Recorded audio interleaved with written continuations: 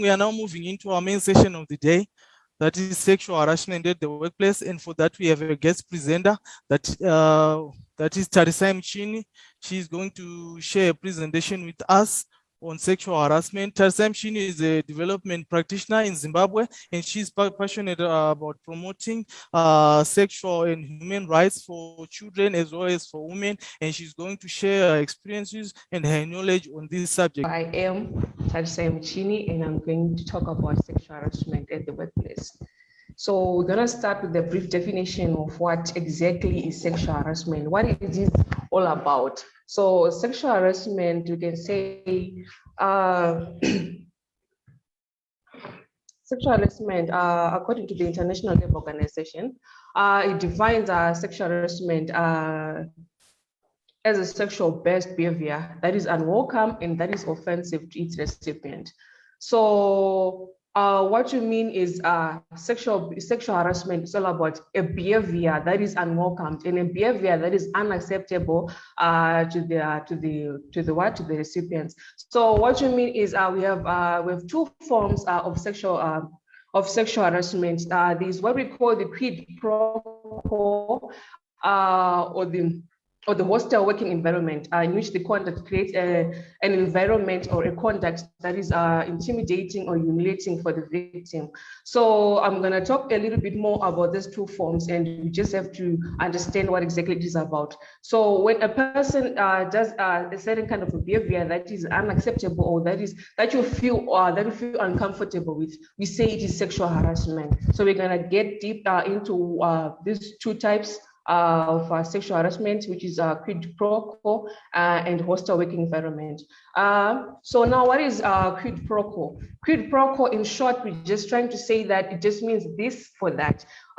When someone is trying to give sexual favors to you or asking sexual favors to you, even if you don't want that sexual favor, but then you'll be giving you something in return. So quid pro quo only usually happens with those people who are in bigger positions, like supervisors. It can be supervisors, it can be bigger contractors, and then you are only you're only a subordinate or just a mere employer. So what it means is that a supervisor can ask for sexual favors from you. It can be verbal, it can be a physical contact of a sexual nature by submission or a submission to or rejection by an individual on the basis for employment decision affecting that individual. What we're trying to say is it's either you submit to that sexual favor or it's either you reject.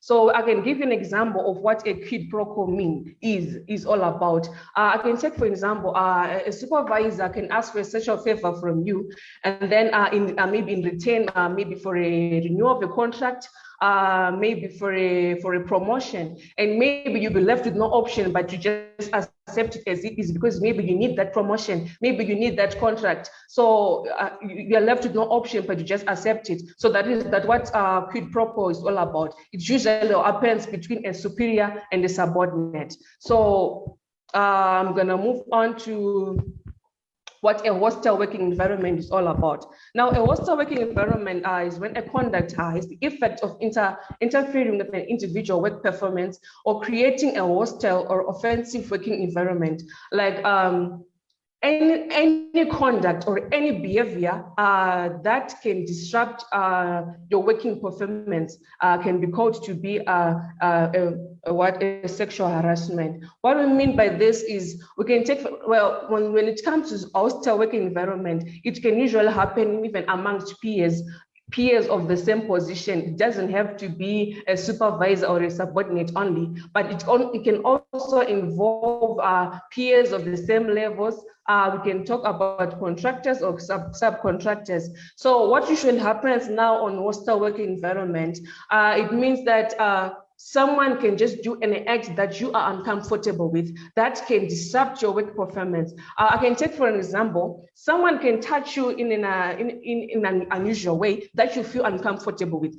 So that kind of a touching, maybe someone can just slap your buttock. You're not comfortable with it. You're not comfortable with it. Maybe just your PA, it's just your mere employer, but that person has just touched your buttock. So it means that when that kind of an action, when that kind of an behavior has just happened, it means that it's in some way it can just affect your work performance, because it can disrupt you in some way that you are uncomfortable with. What I mean to say is on a hostile working environment, from the word itself, hostile, it means hostile can just mean something, an ill will or a desire that is unacceptable. From just the word hostile, it means a desire or someone who's just thinking ill will of you. So what it means, like when someone touches you, for an example, it's just an unwelcome touching, or even staring at you in an unusual way. You're not comfortable with the person, the way this person is staring at you, you're not comfortable with it. It can be sexual harassment. Or maybe someone is coming on your way when you want to go out of the room, someone is just standing in your way using their bodies. It is a hostile work environment, because you end up feeling uncomfortable being in that environment. When you're at a workplace, you must feel safe, you must feel secure. But when these incidents happen, you just feel so insecure and you're just afraid of your life. So this means that it becomes a hostile working environment because of the action, because of the behavior of someone else. So that is what it means about hostile working environment and quid pro quo. And then we're moving on. We are now moving on. We're just continuing, just giving you. There's 3 types of sexual harassment. Actually, it can be physical, it can be verbal, and it can also be virtual. There are certain examples of sexual harassment that includes, like what I say, touching, like unnecessary close proximity. We can talk about verbal comments. There's some unnecessary comment that a person can give to you that you don't feel comfortable with. They can just start calling you, hey, you're sexy, hey, it's uncomfortable to you. So it's in some way it's sexual harassment. That person is harassing you in an indirect way that you just don't feel comfortable with. So what we're saying is it can be verbal comments. They can just be questions about appearances. This is something that you didn't create yourself, but they keep on making asking those questions or making those comments about your body. In some way, it is sexual harassment. And we can also talk about your sexual orientation.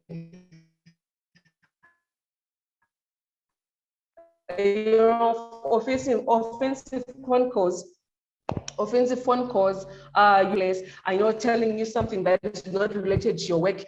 It can be sexual harassment. So, and also non-verbal behavior, whistling, and as well as sexually suggestive gestures. So that was those are the examples of what sexual harassment is. So we're going to move on to a little bit of an illustration. We can see images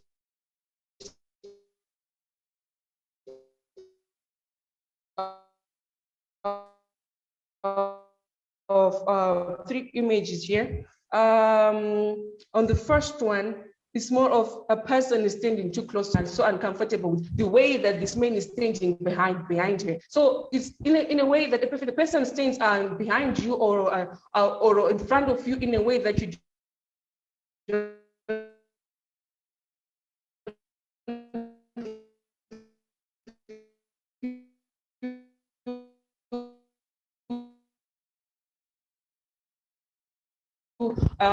comfortable with. You just have to say out. You just have to tell that person that no, just a mere employee. You have the right personal space. So if the person is staying too close to you, and then we talk about the second image of maybe a person is touching you in an inappropriate way at an inappropriate place, and then holding your mouth. What it means is a person is just doing something that you don't want. Just doing something that you don't want, or you're just doing something that you're not comfortable with. Just doing something that you're not comfortable with, because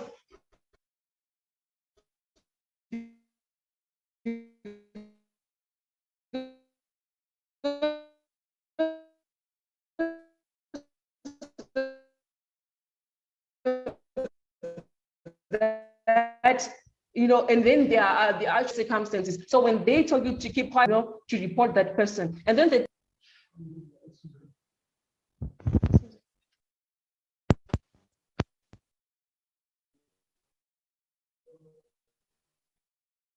Okay, when that person is touching you in an, it can also be unwanted touching. It can also be sexual harassment.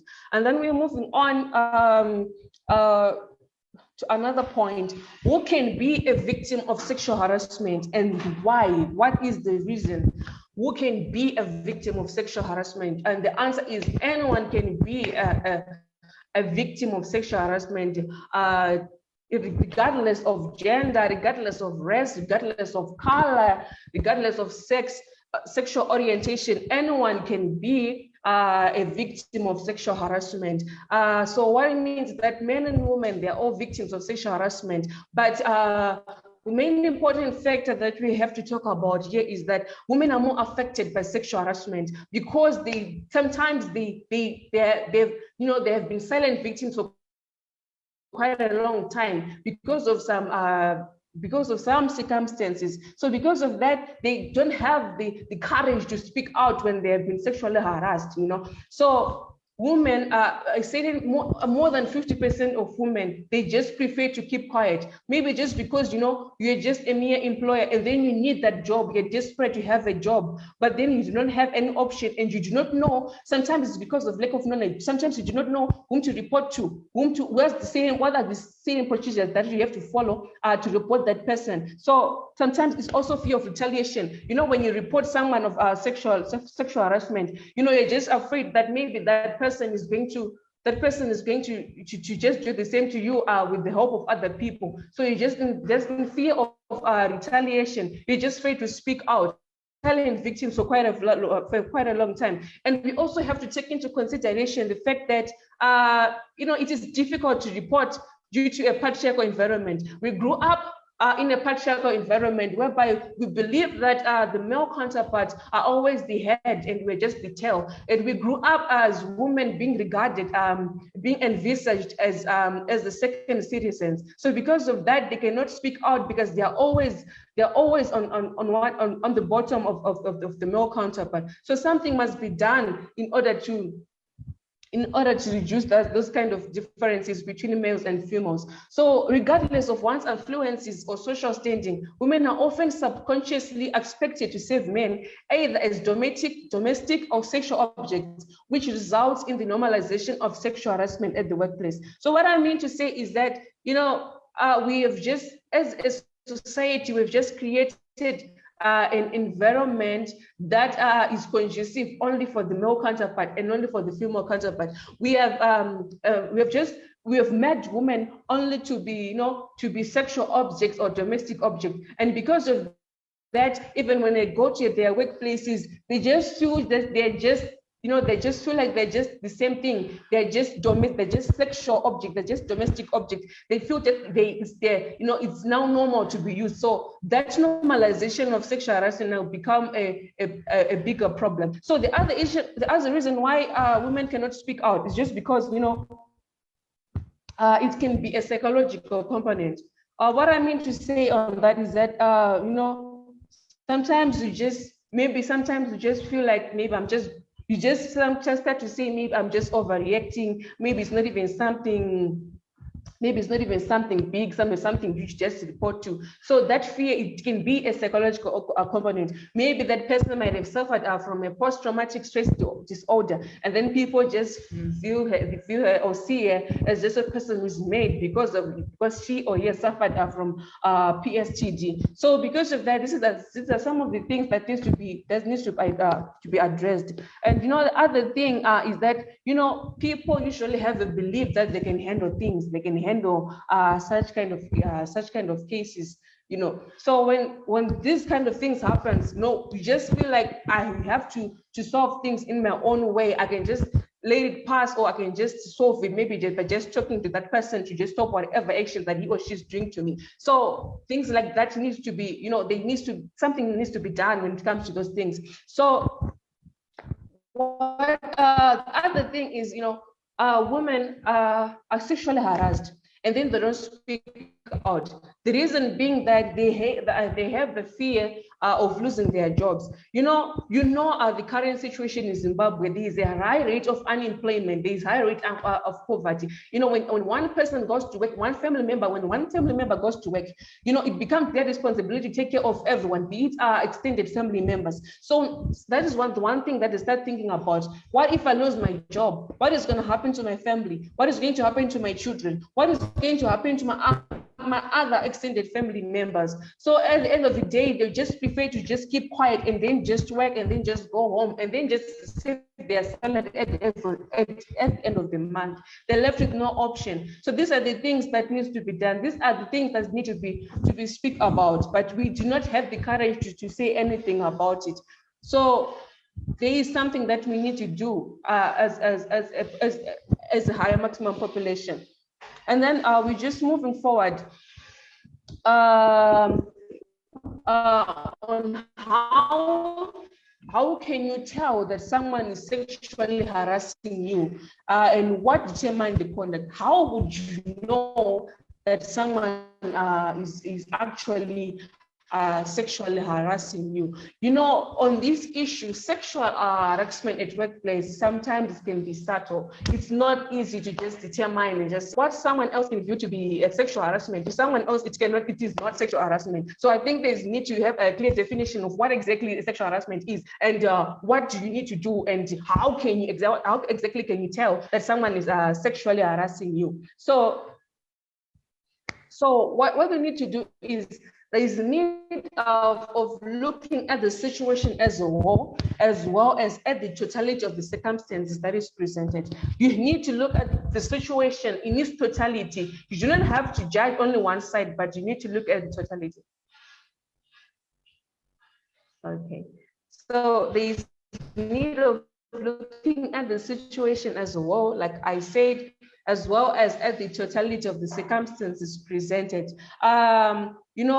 When you have seen, so when you tell that someone is sexually abusing you, so there's certain things that you need to do. There is need, how do you go about it when you feel that someone is sexually harassing you? How do you go about it? It's a process on its own. So what you need to do is there is need of evaluating each situation on a case-by-case basis. Yes, in as much as maybe there have been other sexual harassment comments, or maybe someone might have said something about a different case. You need to treat each case in a unique way. It is a different case in its own way, because you find out that maybe that person, what has been presented before might be different what has been presented on another case. So you need to evaluate each situation on a case-by-case basis, because every case, every situation is actually unique in its own way. So there are signs, usually signs that can show you that you're being sexually harassed. Like I said, some people do not even have knowledge of what sexual harassment is. So there's need to know the signs. There are major signs that you can know that someone is sexually harassing you. You need to observe the sexist behavior of that person. Sometimes that person can look you in an unusual way, in a way that is communicating that this person is thinking badly about me. So you need to know, to observe that sexist behavior. And then other signs, sometimes they continually flirt with you.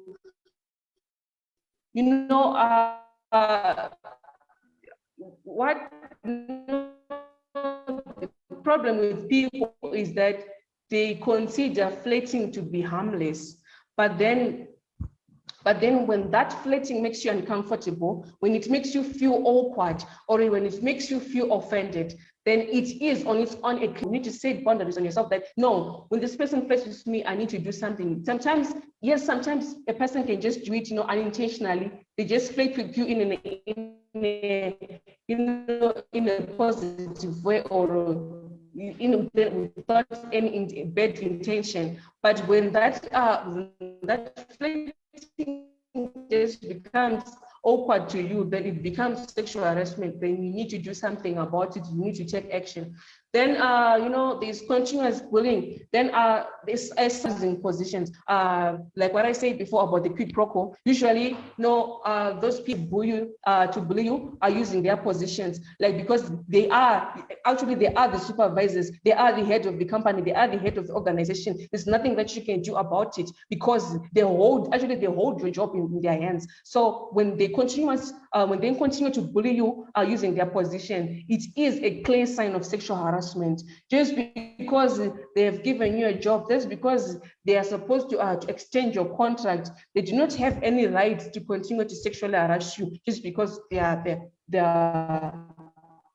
major to you, they have major positions. So continuous bullying using positions is a clear sign on its own that of sexual harassment. Then when someone behaves inappropriately towards you online, you know, someone can send inappropriate photos, non-related emails, they can send you maybe pornography images, pornography videos. It is a behavior that is inappropriate. It is a behavior that is unwelcoming. So when that behavior happens, even online or even through text messages, then it is a clear sign that person is sexually harassing you. You know, the other thing that usually happens as well is that maybe you might have been dating a person, or maybe another person have showed interest towards you, and maybe they've asked you out, but then when you say no, it's also a no. That person is have to accept your decision of saying no. So when that person continues to you know, when they continue to advance their intentions towards you, it ends up becoming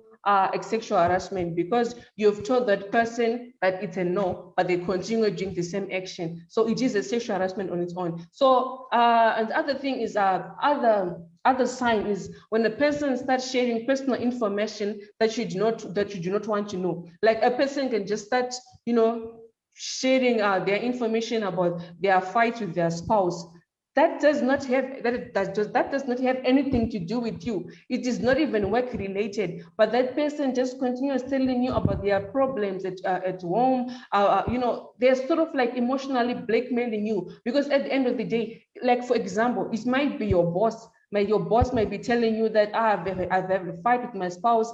We are fighting. We're not sleeping in the same room.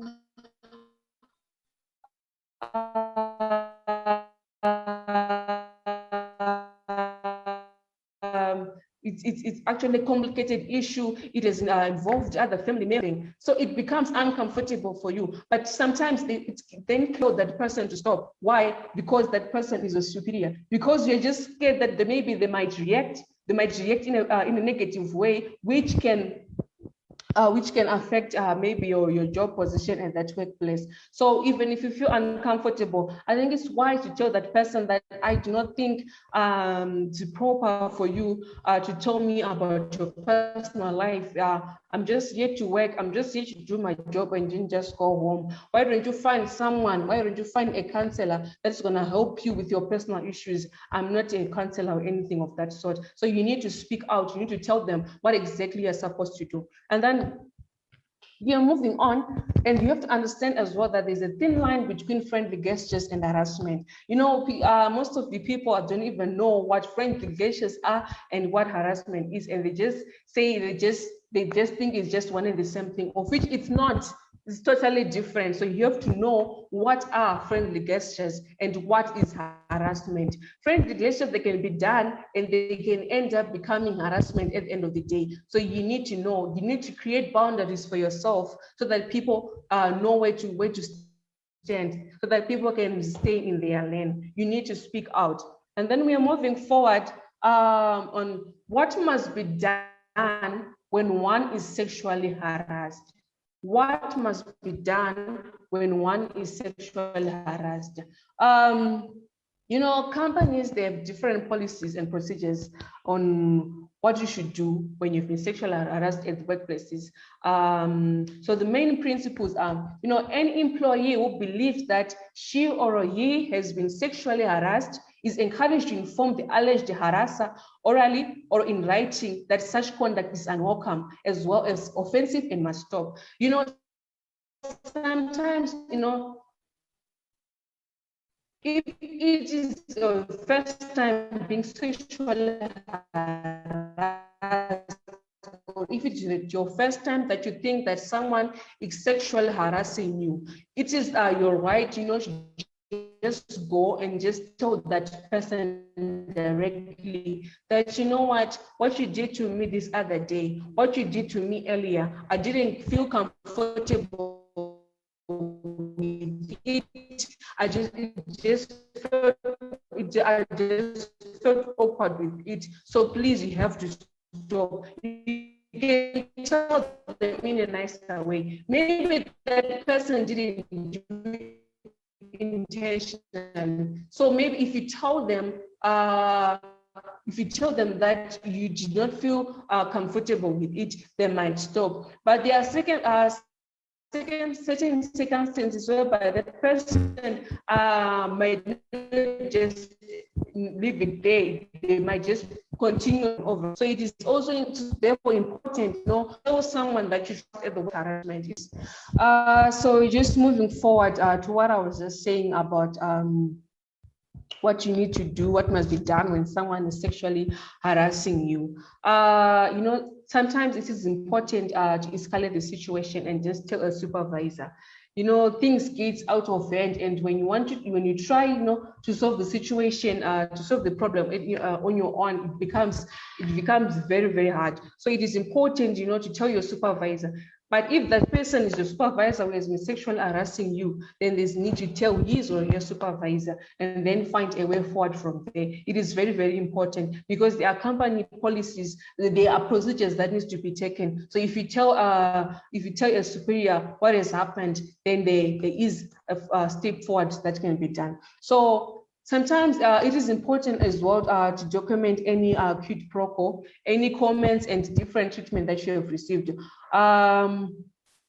So that maybe in the future, if it asked you if you have any proof, you can just provide the proof because you've managed to document everything that has happened. So it is important to gather any evidence. It can be text messages, it can be emails, it can be cards. Though sometimes it's not that necessary because actually most companies, once you just report it as it is, once you just report that someone is sexually harassing you, they just take it serious from the word go. So there will be no need for you to just to provide or to gather evidence. It becomes their responsibility to do that, to investigate the whole situation from the word go. So it's not that necessary for you as well to just gather the evidence. You just have to tell them, or maybe just provide just put it in writing about the sexual harassment, and then just present it to them about the sexual harassment, and then it becomes their responsibility. They have departments that will take care of it. So reporting the harassment at work by following the sexual harassment policy.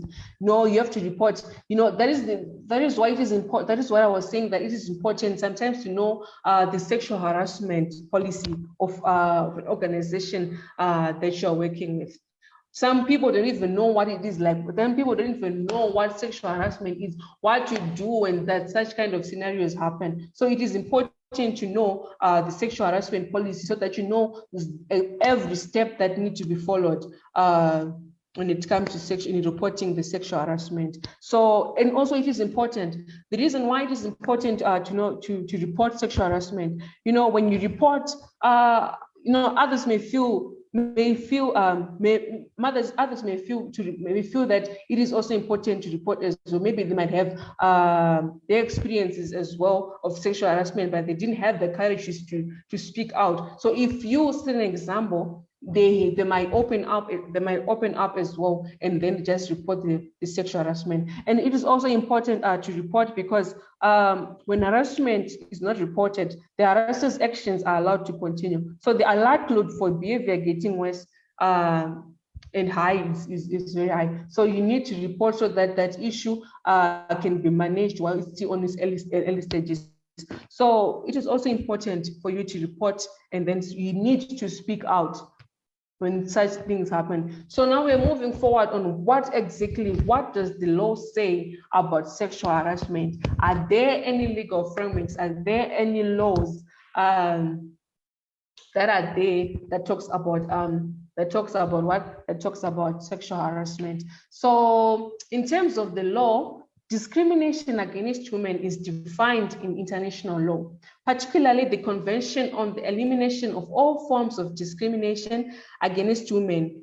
This is what we call CEDAW, as any distinction, exclusion, or restriction made on the basis of sex that is the net effect of denying women their human rights on an equal footing with men in any sphere of life.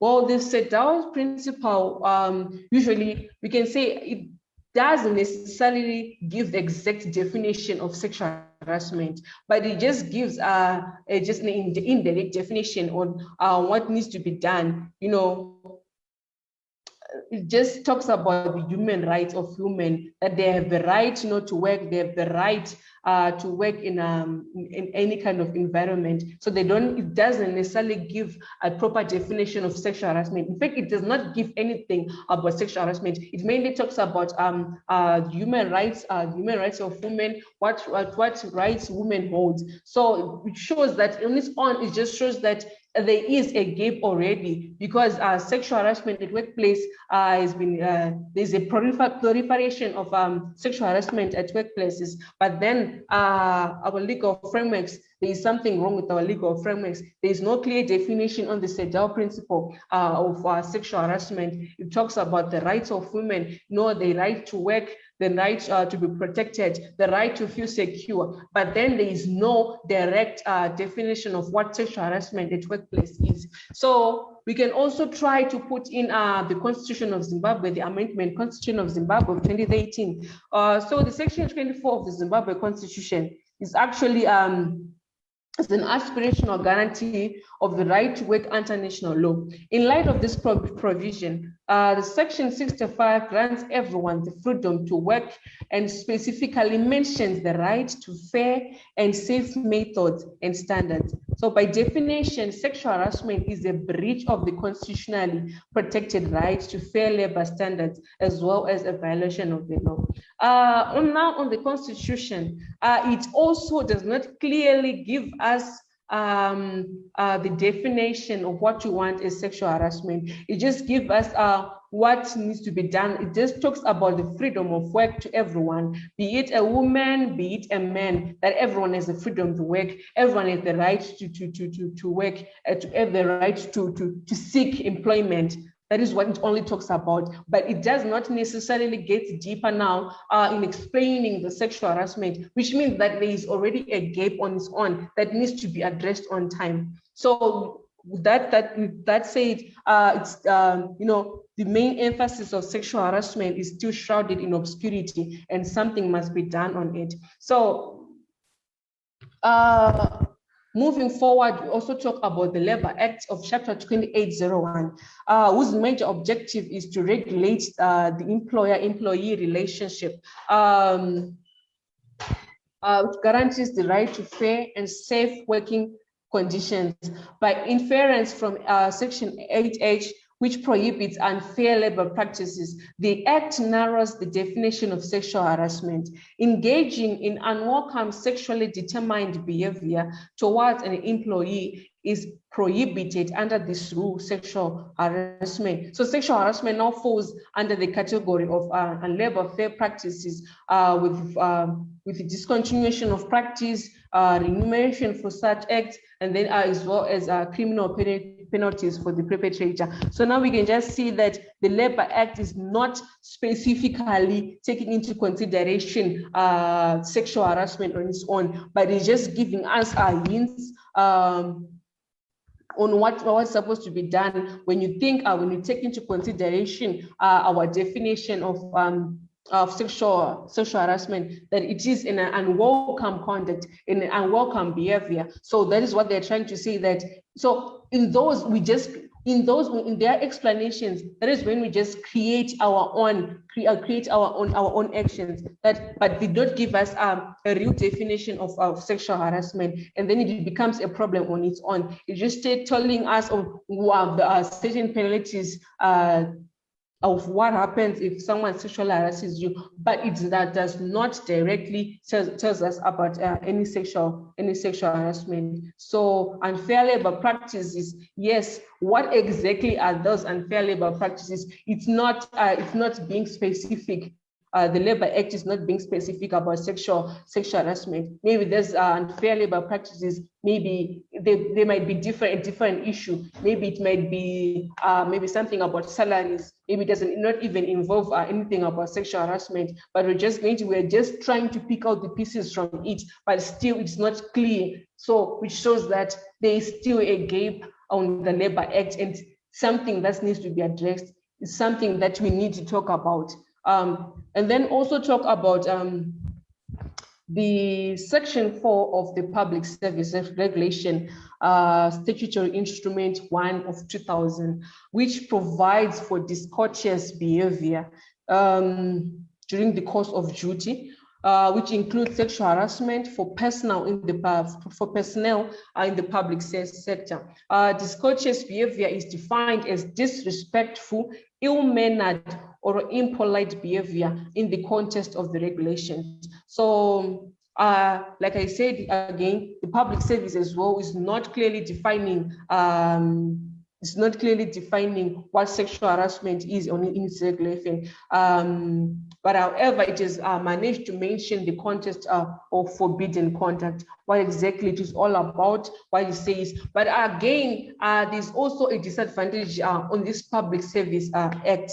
On its own, from the word itself, it's saying public service, which means those people who are working at private sectors, they're excluded from this act because it is mainly targeting those people who are acting public services, maybe in the government, but maybe those people working in non-governmental organizations, they're excluded from this act. So it becomes a problem on its own because we're finding out a lot of people are now working at private companies, private organizations, so which means that they're not protected by the law. There's nothing that is being done so that they can be protected, so that they can be able to report or anything of that sort. So, which is why I've just said that maybe there can be other laws that can be taken into consideration, that can be taken into analysis when it comes to sexual harassment. We can talk of maybe the gender policy, which talks of the need for equity at work, the need for equity in employment, the need for equity between men and women. Those are the laws that we can also talk about. We can also talk about the Gender-Based Violence Act. On its own, a person can be sexually harassed at work, but then Gender-Based Violence Act, can on its own talk something about the sexual harassment at work. So now, because of these gaps of our laws, is that our laws are not being specific about. They're not saying anything about sexual harassment. They're not direct with what sexual harassment is. Now there's need for taking into consideration some recommendations that we can work with, for a way forward in Zimbabwe or even outside Zimbabwe. It is important that they know that there is a gap. There are a lot of disadvantages. There are a lot of problems with their laws and with their policies and their code of conduct. So the way forward for Zimbabwe would be to push for the amendment of the Labor Act to provide for a wider definition and mechanisms to prevent, detect, and resolve sexual harassment cases efficiently and promptly. We know that the Labor Act, we mainly use the Labor Act at workplaces. It is what guides us when we're at workplaces. So there's need to amend, there's need to amend the need for amendment for the Labor Act, so that it gives us a proper definition, a wider definition of sexual harassment, what exactly it is, so that people are able to pick something from it and then draft their code of conduct at their own workplaces. And as well, the government should come up with a clear government policy on combating sexual harassment in workplaces. The Constitution of Zimbabwe is not on its own as being specific about sexual harassment. It's not even clear about sexual harassment. It was just beating around the bush. It was not clear about anything. So it's on its own. There's need for the government to sit down and then maybe restructure their constitution. Maybe they have to put something about sexual harassment so that when people see that at least the main legal framework in Zimbabwe, they've managed to say something about it, they might take action on it on its own. So there's need for a code of conduct at workplaces that forbids sexual harassment.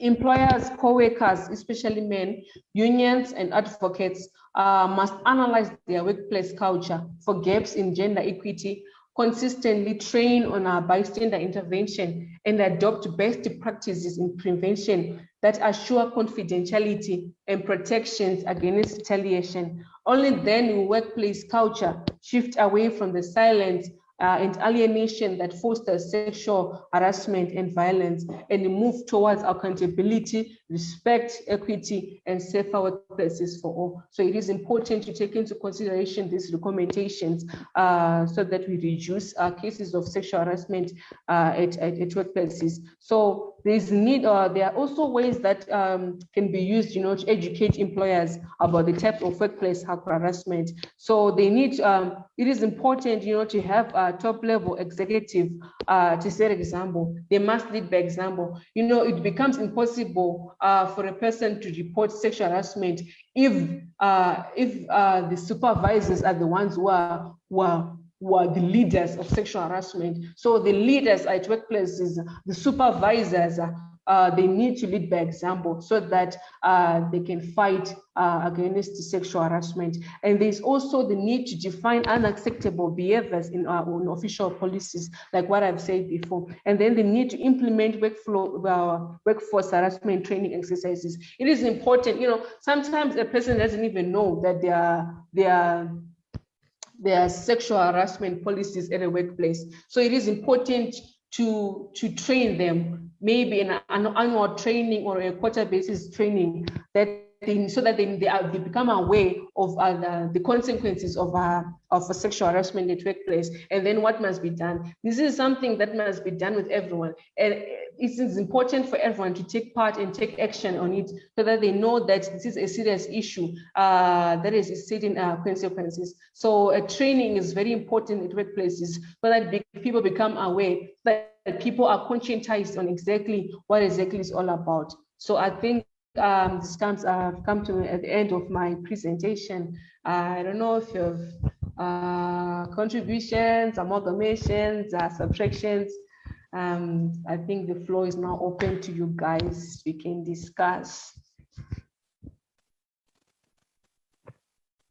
The first session that we had was on women in safety, and we had Cecilia presenting for us as she was sharing. She's a SHEC professional, so she shared with us the obstacles and challenges that she faced in the field of safety and health management. And one of the issues that she highlighted was sexual harassment. And then we went on to moved on on our previous session that we had with Helen Wanjiku from Kenya. It was on gender safety, where she was highlighting some of the safety concerns of women versus that of men, and she also highlighted this issue of sexual harassment. That's why we took this opportunity with Tarisai Muchini, so that she can present with us, so that she can drill down for us what sexual harassment is and what needs to be done. And I think everyone has learned a few things from this session, and would like to give everyone the opportunity to contribute their thoughts, their comment, and any questions on this subject.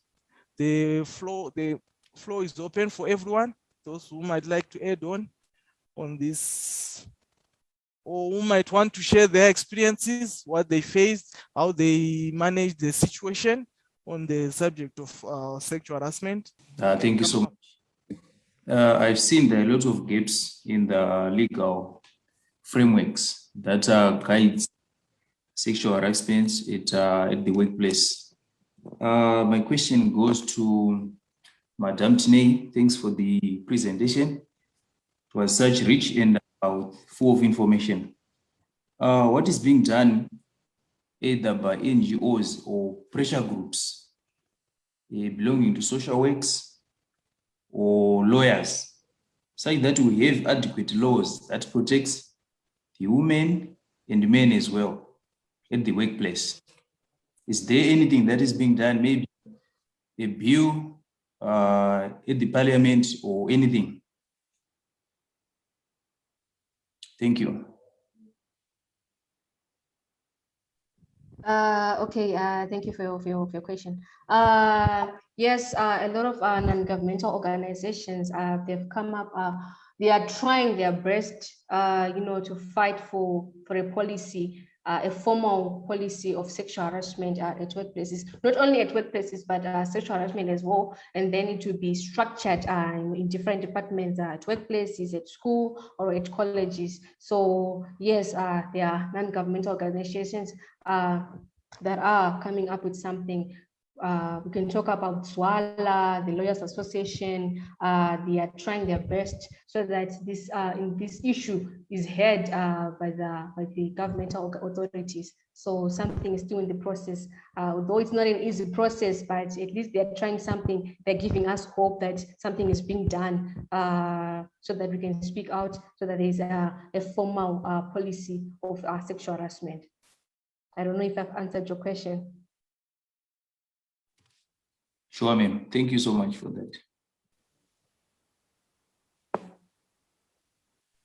that. Thank you, Humphrey, for that question. And as you can see, we have also launched a poll survey for research purposes, and anonymity is guaranteed on that one. So you are free to answer it with honesty for those who might not want to share here on the public platform, but you can also answer on that poll survey. Is there anyone who might want to add something on the session, on this presentation, or any questions from the audience? All right, thank you very much, Tarisai, for a very wonderful presentation. While you were presenting, I also noted a number of things with regards to what the subject matter that was in discussion. I will share a little bit of an experience, not really that happened to me, but it happened to a colleague at workplace while I was still at an attachment. When you spoke about this, there are a number of things that can be done at workplace. For instance, having a policy adopted, implemented at workplace. But however, there are some things that need to be done by us as practitioners, because most of these things, when they happen at work, we, health and safety, together with the human resources, we are the guys co-conduct of these victims of sexual harassment. We need to improve our workplaces to hold, understand, and to give fair judgment towards the victims of these sexual harassment at work. And I believe we need to be very flexible to our co-workers with regards to sexual harassment. When you talk about it, when they present their issues to us, we need to be flexible and to be welcoming to them, so that they can open up the exact situation that they have at workplaces. Sometimes our co-workers may have difficulties in speaking to us about this because we are not flexible. Our policies, our work environment, they are not even flexible at workplaces. So I do want to encourage everybody who in this profession as human health and safety practitioner and human resources to be flexible and to have these policy to be implemented and very flexible to everybody to use them. Then I would like to move on to what I said, an experience. While I was on attachment, I was attached in the mining and refinery industry. There was a lady, she was a driver by then, and she drove our top manager to a certain meeting. While they were on their way, the car broke down. Unfortunately, they do not have enough communication to communicate back to the company that they have a car breakdown along the way. She have to hustle to do all the fixing of the car and all the stuff.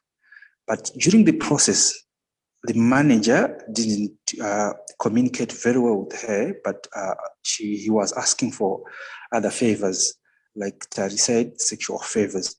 She couldn't handle it very nicely. She freaked out and she ran away from the place. When this happened, when this took place, because they did not have enough communication, I think they were out of network range, that they could communicate that they have a breakdown. The only help that she could get was her legs to run away from the situation. And after what happened, she came back to report the issue. But unfortunately, during that time, it wasn't handled very well because it was the top guy who was doing this to the lady.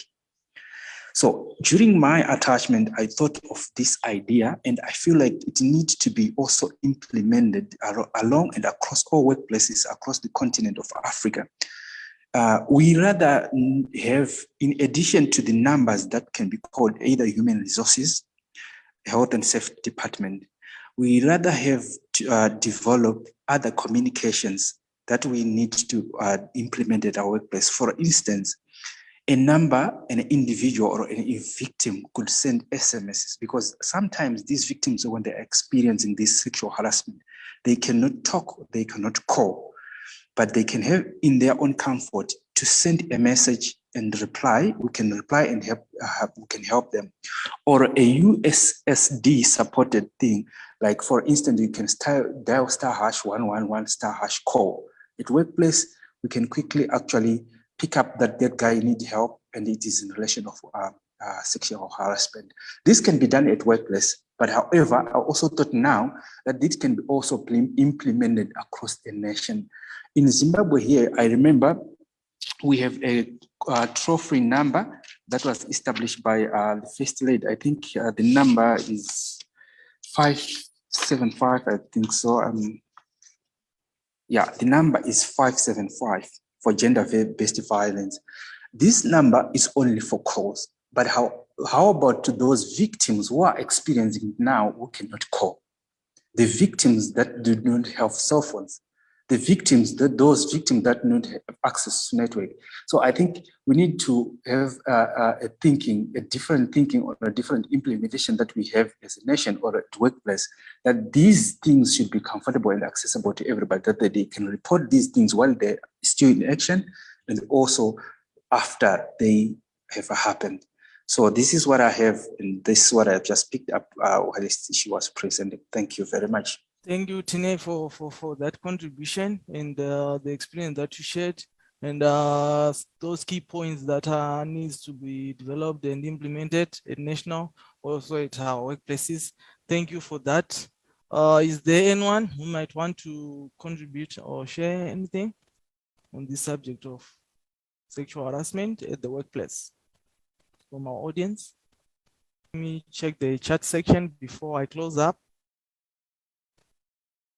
Okay, there was a comment from one of our participants as they were joining in. He is saying, it's Roy Hove, saying, is sexual harassment one way, or both men and women can be guilty of it? That was his question. Is sexual harassment one way, or both men and women can be guilty of it?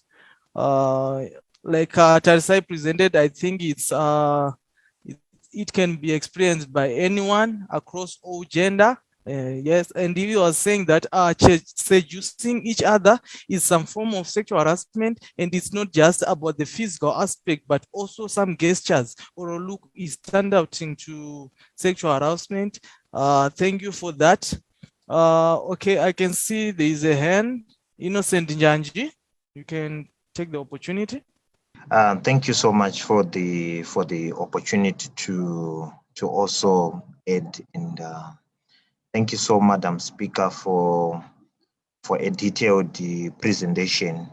I just want to also add some scenarios that we are also facing, maybe probably in a number of organizations, and the very same issues will also,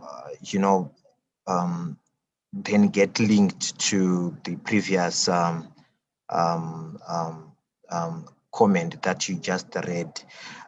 Firstly, there's a policy that a number of organizations are actually implementing, which is called the same level relationship, or the same level policy. This policy works this way. Let's say we use the grading system 1 to 10, for example. 1 being the highest position and 10 being the lowest position. What then usually happens with this type of policy is people within the same grading level or the same grade, can actually make sexual advances, and this doesn't even go far unless if the other part reports the very same as not interested or as sexual harassment. Now, the question here is, how then can we solve this problem? Because we are now having scenarios whereby only if the person in a higher grade maybe acts in a manner insofar as sexual harassment gestures is concerned, when this can be concluded as sexual harassment. But in actual sense, I believe people from the same grade can actually harass each other, isn't it? And the other thing is, unfortunately, the issues to do with sexual harassment came with, or maybe probably, let me just say, attached with affirmative action. From years ago, women were said to be, oppressed by their male counterparts or their male colleagues, right? But now things have changed. You are also then going to realize that we are still having organizations which still do think and believe that sexual harassment is just one way. It's only the males who do the tricks and who initiate the game. But in actual sense, both men and female are actually harassing each other at work.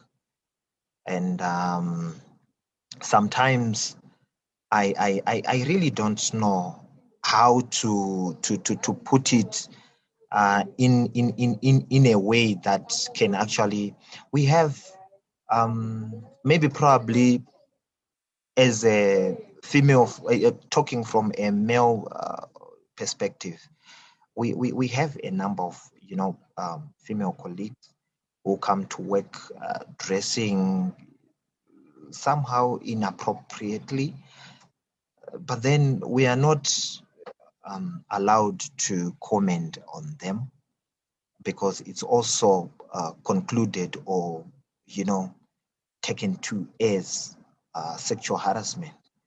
But remember, these are the very same people who are starting with the situations that can then push people into commenting, and maybe probably in the process they are misread as trying to make advances, yet is the situation which is just attractive. Then the other thing is, in some instances where sexual harassment is not taken seriously, maybe it's a student who's being harassed by the boss or the supervisor, right? With time, maybe probably because of the sexual favors that the boss is actually getting from the student will eventually maybe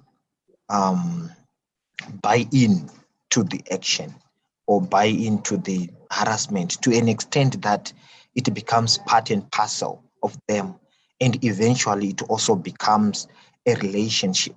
So in whatever we do as the ESH practitioners, whenever we prepare such policies, etc., I know there are a number of organizations which have an open policy for relationships.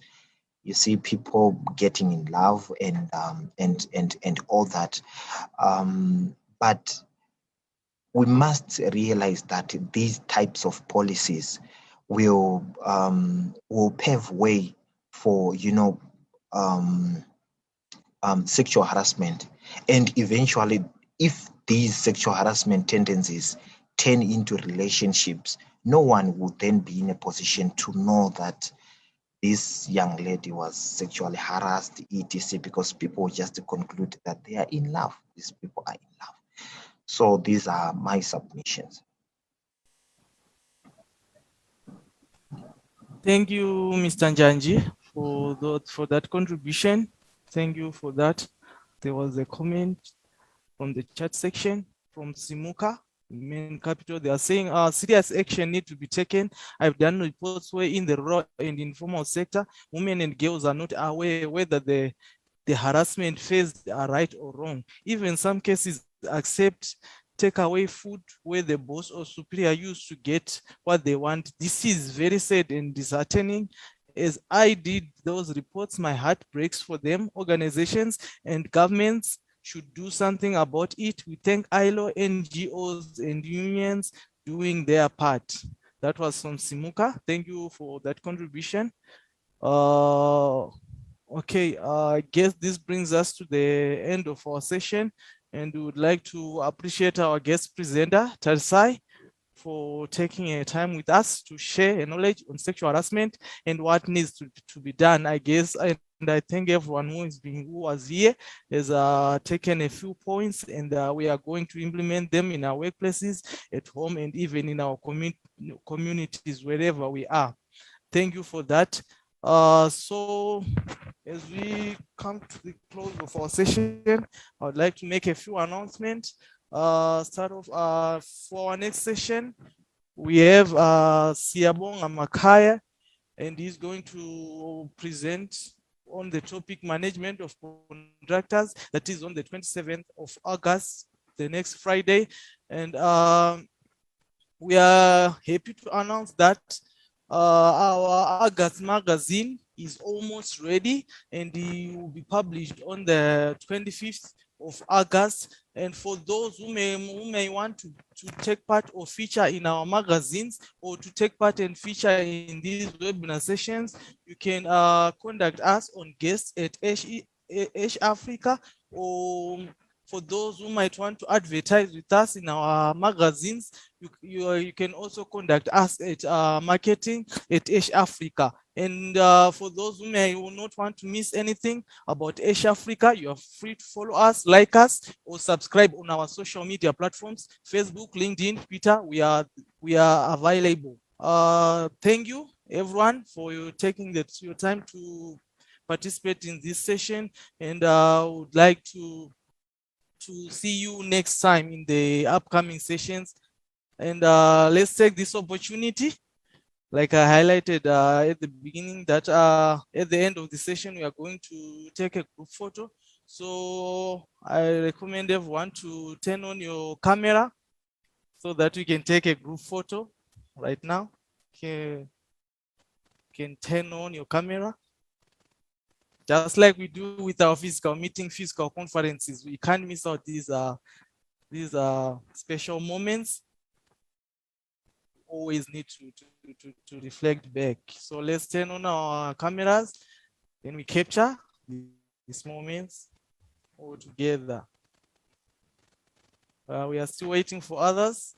We know with the working at home thing, some are still in bed. Well, that's fine. You cannot turn on your camera, but for those that are willing, yes. So say cheese, everyone.